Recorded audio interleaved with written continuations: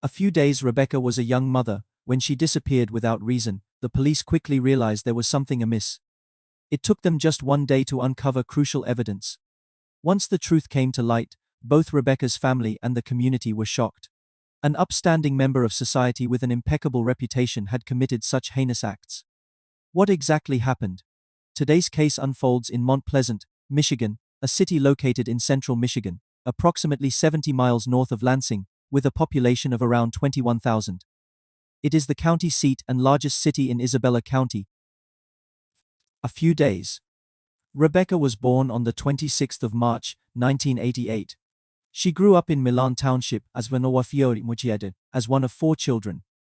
Around her teenage years, Rebecca's parents Thomas and Sally ended their marriage due to irreconcilable differences. After the divorce, Rebecca moved with her mother to Mount Pleasant, Racine, where she finished high school and found work as a hairstylist. A few days, in 2009, at age 21, Rebecca had an out-of-wedlock son named Conway with Chad. Details about Chad are scarce. They ended their relationship shortly after Conway's birth. Around the time Conway was 2 years old, Rebecca met her current boyfriend Aaron, who is the brother of one of her colleagues. They fell in love at first sight and decided to get married within a few months. Due to work commitments, they did not live together immediately. Rebecca lived alone with her son in a trailer park in Mount Pleasant. A few days around the same time, Rebecca's mother Sally found a new partner named John, who was a local church pastor. Although John had a questionable past, his profession overshadowed any concerns within the community. The union between John and Sally was celebrated, especially by Rebecca, as John took great care of her. He would help with childcare when Rebecca worked and assist around the house. A few days after more than a year together, both Rebecca and Aaron, along with Sally and John, were contemplating marriage. However, this dream was shattered abruptly on the 31st of October, 2012, a Wednesday, coinciding with Halloween. According to plans, Rebecca would pick up her son Conway from Chad's home after work, before attending Halloween festivities together. A few days, but the plan never came to fruition as Rebecca vanished without a trace in the early morning hours. Colleagues noticed she was absent and unresponsive on the phone, leading them to check her residence. The door was locked tight with no car parked outside. Initially thinking Rebecca might have gone elsewhere, one colleague spotted her vehicle at a nearby bar, parked far back near a tree, almost as if to hide it. A few days. Upon questioning the bar staff, they found no leads on Rebecca's whereabouts, and promptly reported this to the police. Upon arrival, officers examined Rebecca's car but found no obvious signs of crime. However, the seat was adjusted unusually far back for someone of her petite stature. This detail prompted a deeper investigation into her home with the landlord's help. A few days inside, they discovered bloodstains on the carpet and personal items left on the table. Clear evidence that Rebecca had been attacked in her own home rather than leaving voluntarily. The police immediately launched an extensive search, focusing initially on Rebecca's ex-boyfriend Chad, who was Conway's father. They suspected a motive related to custody or jealousy.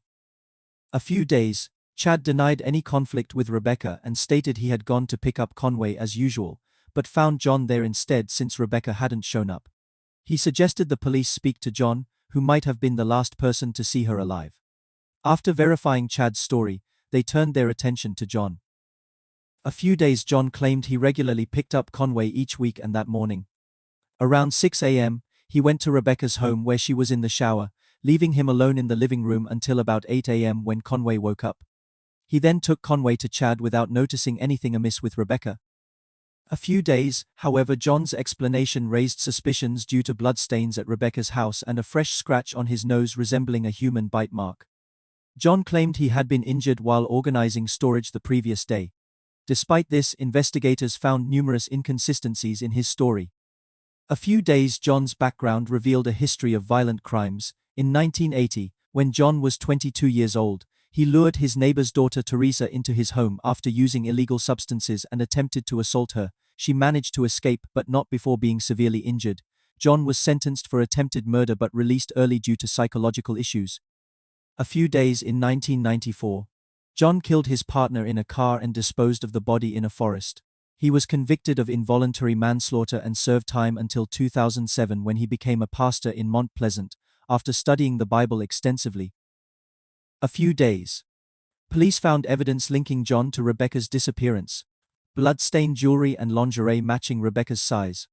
Confronted again, John refused to cooperate but eventually revealed his conditions for confessing: no death penalty, solitary confinement, and a phone call with Sally. He admitted he had been infatuated with Rebecca and acted out due to her new hairstyle. A few days on the night of Halloween, after drinking heavily and watching disturbing films, John attacked Rebecca in her home, killing her and disposing of her body in nearby woods. Her car was hidden at a bar to mislead investigators. A few days in April 2013. 1 year later, John was sentenced to 56 years for murder but committed suicide 3 months into his sentence, ending a life marked by violence and deceit.